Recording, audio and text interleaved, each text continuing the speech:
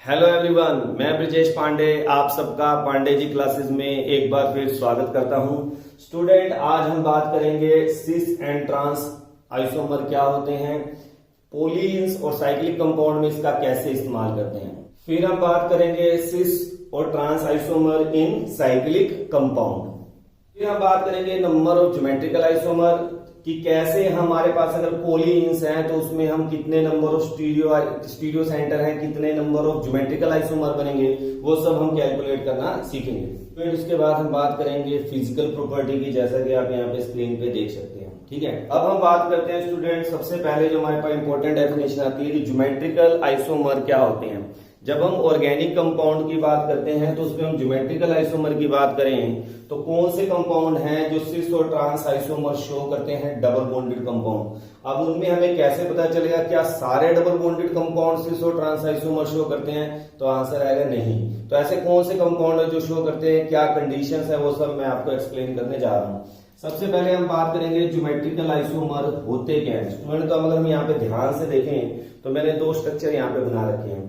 अगर इनका जनरल फार्मूले की बात करूं तो CH3 CH double bond CH single bond CH3, तो ये हमारा ब्यूटूइन है, यानी इनका मोलिकुलर फार्मूला क्या है, सेम है। बट अच्छा, इनका मोलिकुलर फार्मूला भी सेम है, क्या कहते हैं, इनका मोलिकुलर फार्मूला भी सेम है और इनका क्या है, स्ट्रक्चर भी सेम है। केवल डिफर क्या कर रहा है कि स्पेस में जो एटम है, जैसे अगर हम यहाँ पे ध्यान से देखें तो दोनों मिथाइल ग्रुप क्या है, सेम साइड पर है। कहां पर है, सेम साइड पर। और यहां पे हमने क्या किया, दोनों मिथाइल ग्रुप को अपोजिट साइड कर दिया। क्या कर दिया, अपोजिट साइड। केवल इतना किया है, स्पेस में जो एटम और ग्रुप का पोजीशन चेंज होती है, यानी उसी को हम क्या बोलते हैं, सिस और ट्रांस आइसोमर। तो such isomer which have same structural formula but differ their relative spatial, यहाँ पे स्पेशल की स्पेलिंग आप देखेंगे डिफरेंट है, यह स्पेस में स्पेशल अरेंजमेंट ऑफ एटम और groups around the double bond are called geometrical isomer. फिर ज्योमेट्रिकल आइसोमर को हम डिवाइड करते हैं सिस और ट्रांस में। अगर आपके सेम एडजेसेंट ग्रुप जो से है, सेम ग्रुप जो मैं कह रहा हूं, दो एटम जो लगे हुए हैं या ग्रुप लगे हुए हैं, अगर वो सेम है, सेम साइड पे हैं, तो हम उसे क्या बोलेंगे, सिस। अब आपको याद रखने में कोई पूछे सिस क्या है, जब हमारे दो सेम ग्रुप एडजेसेंट साइड पे सेम हो। अब यहाँ पे दो ग्रुप तो सेम यहाँ पे भी हैं, मगर वो एक दूसरे के अपोजिट हैं, तो हम इसे क्या बोलेंगे, ट्रांस।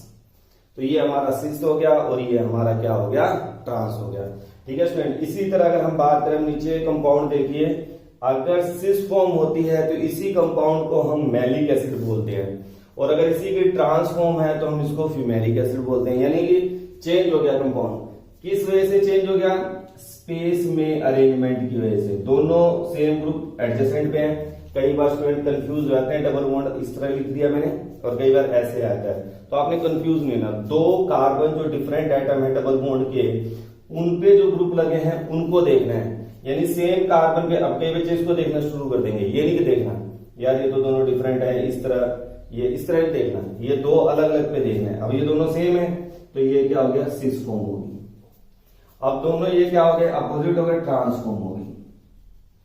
ठीक है स्टूडेंट, तो इस तरह से हमको देखना है कि कौन सी सिस फॉर्म है और कौन सी ट्रांसफॉर्म है। अब थोड़ा सा और मैं चेंज करता हूं, सपोज करिए कि यहां पर एक ग्रुप और सेम आ रहे, तीन ग्रुप सेम है, क्या सिस और ट्रांस आइसोमेरिज्म होगा, क्वेश्चन अराइज हो रहा है, क्या सिस और ट्रांस आइसोमर अराइज होगा, तब आपका आंसर होगा नो, नहीं होगा। तो यानी हमें समझने वाली बात क्या है कि अगर एक एटम पे अगर दो ग्रुप आपके सेम आ जाते हैं स्टूडेंट, ठीक है, जैसे ये कंट्रीब्यूशन, तो ये सिस ट्रांस आइसोमेरिज्म शो नहीं करेगा। अच्छा, क्या सारे सेम कर दूं तो, सारे सेम कर दूं तो भी नहीं करेगा, यानी कि ACA डबल बॉन्ड AA भी नहीं करेगा। अच्छा, और सोचते हैं और क्या पोजीशन और क्या पॉसिबिलिटी हो सकती है, अगर मैं ऐसे कर दूं, यहां पर 2A डबल बॉन्ड C, यहां पे B और यहां पे C अलग अलग कर दूं, क्या ये सिस ट्रांस आइसोमेरिज्म शो करेगा, तो ये भी शो नहीं करेगा, क्योंकि एक एटम पर दो ग्रुप सेम नहीं होने चाहिए। अब एक थोड़ा सा चेंज करते हैं कि क्या सर ऐसा हो कि यहां पर जैसे ए, यहां पर बी और यहां पर ए, यहां पर सी, क्या ये सिस ट्रांस आइसोमर्जम शो करेगा? अब मेरा आंसर आएगा यस, ये शो करेगा। अगर दो एटम जो हमारे हैं, दो डिफरेंट कार्बन एटम पे सेम है, तो सिस ट्रांस आइसोमर्जम इसी के बेस पे कर देंगे हम। अब दोनों सेम साइड पे हैं तो हम इसे सिस कर देंगे, अब बी सी को ही लिखेंगे। और डबल बॉन्ड है, यहां पे क्या कर दिया ए, और यहां पे क्या कर दिया हमने ए, और बाकी यहां पे कर दिया। अब ये क्या हो गया? ट्रांस। तो ये आपको बड़ा इंपॉर्टेंट क्वेश्चन एनसीईआरटी में बार बार क्वेश्चन आता है इस टाइप का, अगर आप +1 क्लास में इस टाइम पढ़ रहे हैं तो, कि भाई बताओ कौन से कंपाउंड सिस ट्रांस आइसोमर्जम शो करेंगे, कौन से नहीं करेंगे। तो आपको बस स्पेशल बात जो ध्यान देनी है कि अगर एक ही कार्बन पे दोनों एटम सेम हैं या ग्रुप सेम हैं तो वो सिस ट्रांस आइसोमर्जम शो नहीं करेगा। अब हम बात करते हैं स्टूडेंट, अब हम बात करते हैं सिस और ट्रांस आइसोमर साइक्लिक कंपाउंड में हम कैसे देखते हैं। तो बिल्कुल सिंपल सा कॉन्सेप्ट है स्टूडेंट, जो भी दो ग्रुप, आप जैसे एडजेसेंट एटम, दो एटम आप ले लिए, जैसे यहाँ पे आप देख सकते हैं दोनों मिथाइल क्या है, डाउनवर्ड है, हाइड्रोजन क्या आपको, तो ये हमारा क्या हो गया, सिस फॉर्म। बिल्कुल इजी है। अब इसी का मुझे ट्रांसफॉर्म बनाना है तो मैं क्या करूंगा, एमी का मतलब मिथाइल, और हाइड्रोजन को हम अपोजिट। अब मिथाइल और मिथाइल में क्या हो गया, दोनों अपोजिट डायरेक्शन में हो गए, तो ये क्या हो गया हमारा ट्रांस। तो आपको डायरेक्ट स्ट्रक्चर्स आएंगे, बताना पड़ेगा सिस किस में है, ट्रांस किस में है। तो बिल्कुल इजी है, दोनों ग्रुप सेम डाउनवर्ड है, ये एच दोनों ऊपर है तो हमारा सिस, और यहाँ पे अपोजिट हो गए तो क्या हो गया, ट्रांस। अब इसी तरह कई बार केवल हाइड्रोजन के बेस पे स्टूडेंट आप देखिए, यहाँ पे केवल क्या हो रहा है कि कोई ग्रुप डिफरेंट है, यहाँ तो मिथाइल और हाइड्रोजन था, चलो यहाँ पे केवल हाइड्रोजन है। अब देखिए हम हाइड्रोजन क्या है, दोनों ध्यान से देखिए, दोनों क्या है, टूवर्ड्स हैं, तो अगर टूवर्ड्स है तो ये आपका क्या हो गया, सिस। और यहाँ पे देखिए तो क्या है, एक टूवर्ड्स है एक अवे है, तो ये क्या हो जाएगा, ट्रांस। साइक्लिक कंपाउंड में आपको ये चीजें ध्यान देनी है, बाईसाइक्लिक कंपाउंड आपका बन गया। तो यहाँ पे आपने कैसे सिस ट्रांस देखना है ये भी आपको समझ आएगा। अब इसी का अपोजिट मान लीजिए यहाँ पर अवे फ्रॉम होता और ये भी अवे फ्रॉम होता, तो ये क्या होता, सिस। ठीक है, तो ये चीज हमें ध्यान देनी पड़ेगी, कैसे हम सिस बनाएं और कैसे हम ट्रांस बताएं। अब देखते हैं अगर दो एटम पे जैसे अगर डिफरेंट आ जाए, यहाँ पे जैसे हमने हाइड्रोजन मिथाइल सेम वही, अब अलग अलग तरीके से लिखा आ जाता है एग्जाम में, कई बच्चे कंफ्यूज होते हैं। ये क्या है, टूवर्ड्स यू, ये क्या है, away from, towards you away. अब जो टूवर्ड्स है दोनों क्या है, सेम है, तो ये आपका क्या हो जाएगा स्टूडेंट, सिस। यहाँ पे ध्यान से देखें, अवे दोनों क्या है, सेम है, टूवर्ड्स दोनों क्या है, सेम है, तो ये भी क्या है, सिस। अब यहां बात करें, हाइड्रोजन क्या है, टूवर्ड्स यहाँ पे, और ये क्या है, अवे, तो यहाँ पे ये क्या हो जाएगा स्टूडेंट, ट्रांस। इसी तरह के क्लोरीन अवे, क्लोरीन टूवर्ड्स, तो ये क्या हो जाएगा, ट्रांस। तो आप बड़े आराम से साइक्लिक कंपाउंड में सिस और ट्रांस आइसोमर को समझ सकते हो, मेरे ख्याल से बड़ी इजीली वे में आपको समझ आ गया होगा। नेक्स्ट हम बात करते हैं, तो स्टूडेंट अब हम बात करते हैं नंबर ऑफ ज्योमेट्रिकल आइसोमर कैसे कैलकुलेट करेंगे। तो उसके लिए आपको कुछ बातें ध्यान देनी पड़ेंगी। कंपाउंड विद डिसिमिलर एंड, अगर आपके पास जो एक से ज्यादा डबल बॉन्ड या ट्रिपल बॉन्ड है, हमारे डबल बॉन्ड है सॉरी, तो हमें ये देखना पड़ेगा कि दोनों तरफ टर्मिनल साइड पर क्या दोनों ग्रुप सेम हैं या डिफरेंट हैं। जैसे यहाँ पे दोनों ग्रुप डिफरेंट है, यहाँ पे मैंने दोनों ग्रुप क्या ले रखे हैं, सेम, तो फार्मूला चेंज हो जाएगा। अगर दोनों डिसिमिलर हैं, ठीक है, तो आपके पास सिंपल सा फार्मूला है 2 की पावर n। अब यहाँ कितने डबल बॉन्ड है, 1 और 2, तो मेरे पास आइसोमर कितने बन जाएंगे, 2 की पावर 2 इक्वल टू 4। अब आपने सर 4 आइसोमर कैसे बनते हैं, तो अगर इस डबल बॉन्ड को लेके चलूं तो सिस, ये भी क्या कर रहा है, मान लो सिस, ये कर रहा है ट्रांस, ये भी क्या कर रहा है, ट्रांस। तो ये अगले केस में क्या है, उधर का ट्रांस, ये सिस, मगर ये सिस और ये ट्रांस, तो ये डिफरेंट होंगे। तो हमारे जो बनेंगे ज्योमेट्रिकल आइसोमर तो कितने बनेंगे स्टूडेंट, 4। अब इसी तरह अगर सिमिलर एंड आ जाए और इवन स्टीरियो सेंटर हो, इवन इंपॉर्टेंट है, अगर ओड है फिर नहीं, इवन का मतलब 1 और 2, ठीक है, और दोनों तरफ हमारे क्या है, सिमिलर एटम है, तो हम क्या करेंगे, फार्मूला क्या हो जाएगा, 2 की पावर n-1 प्लस 2 की पावर n/2 -1। अब इसमें ध्यान से देखिए स्टूडेंट, कैसे निकालेंगे। अब n कितने डबल बॉन्ड है, 2 की पावर 2 -1 प्लस 2 की पावर 2/2 -1। अब इस सारे को सोल्व करेंगे स्टूडेंट तो आपके पास क्या आ जाएगा 3।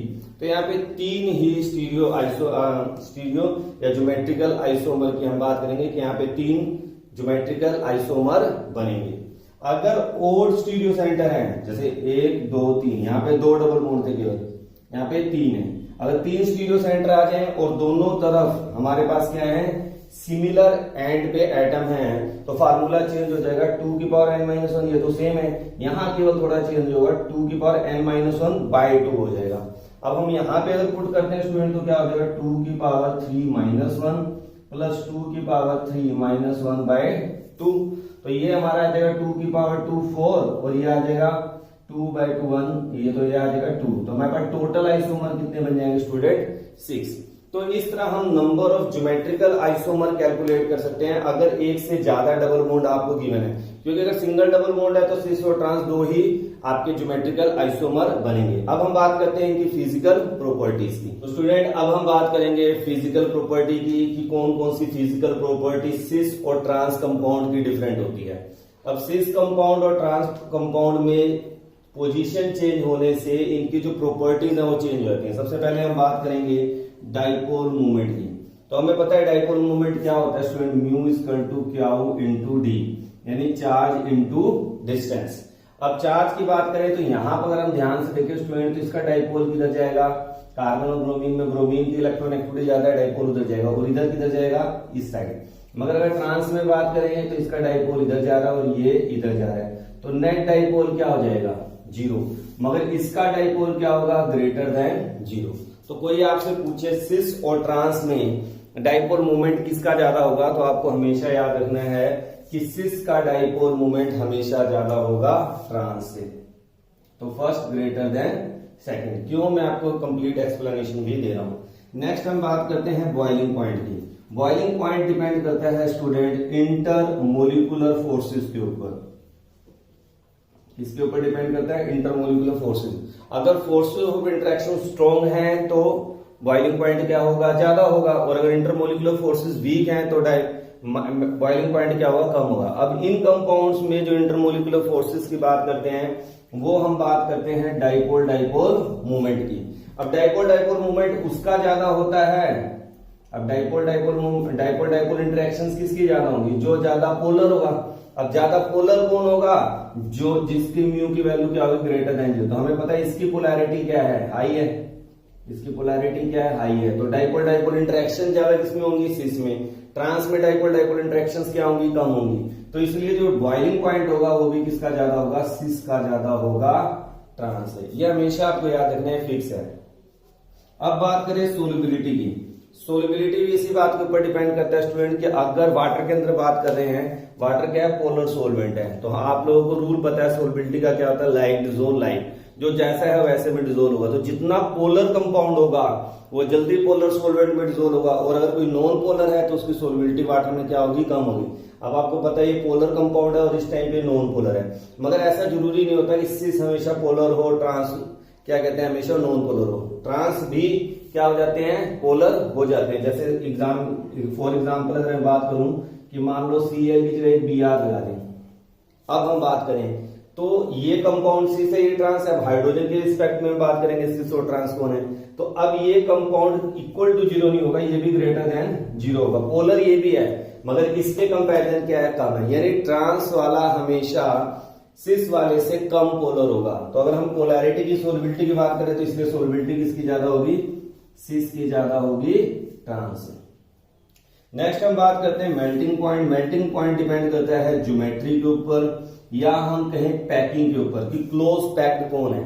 जितना क्लोज पैक्ड होता है उतना ज्यादा उसका मेल्टिंग पॉइंट होता है। अब इन दोनों में अगर हम बात करें तो क्लोज पैकिंग अगर हम मान लो Cl सेम ले लेते हैं या डिफरेंट ले लें, ठीक है, तो हम देखें ट्रांस क्या होता है मोर सिमेट्रिकल होता है, यानी क्लोज पैकिंग ट्रांस की ज्यादा अच्छी होती है। क्यों, क्योंकि सिस में दोनों बल्कि ग्रुप क्या है सेम साइड है, स्टीरिक इंडेक्स क्रिएट हो जाती है, मगर यहाँ पे क्या है अवे है।